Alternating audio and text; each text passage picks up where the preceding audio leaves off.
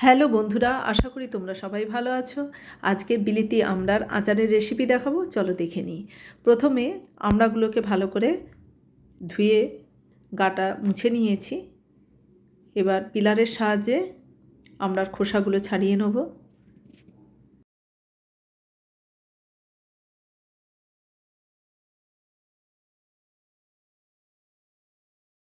গায়ের খোসাটা ছাড়ানোর পরে আমড়ার গাগুলোকে এইভাবে কিছুটা করে ছুরি দিয়ে কেটে নিচ্ছি, যাতে নুন মিষ্টি ঝাল ওর মধ্যে ঢুকতে পারে। প্রেসার কুকারে আমি কিছুটা পরিমাণ জল দিয়ে আমড়াটাকে দুটো হুইসেল দিয়ে নিয়েছি।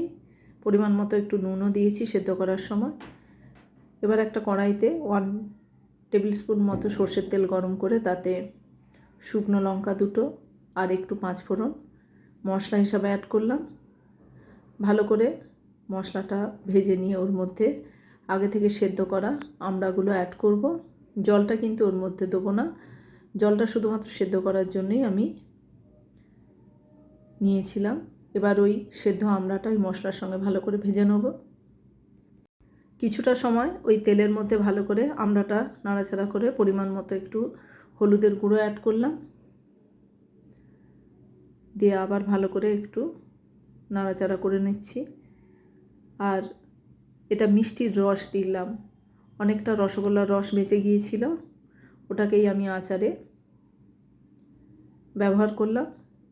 চিনি গুড়ের মতোই রসগোল্লার রস আচারে দিয়ে ভালো করে যদি ফুটিয়ে নেওয়া যায়, আচার অনেক দিনই ভালো থাকে, খেতেও ভালো লাগে, স্বাদের কোনো পরিবর্তন হয় না।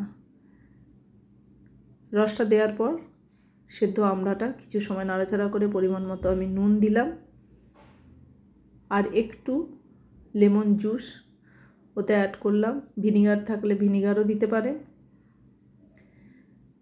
টক মিষ্টি নুন স্বাদটা খুব ভালো লাগে, আর লেমন দিলে ওর সুন্দর একটা ফ্লেভারও পাওয়া যায়।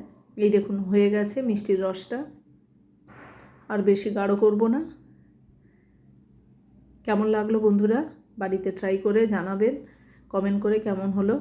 আবার নতুন রেসিপি নিয়ে দেখা হবে। আজকের মতো চলো, টাটা।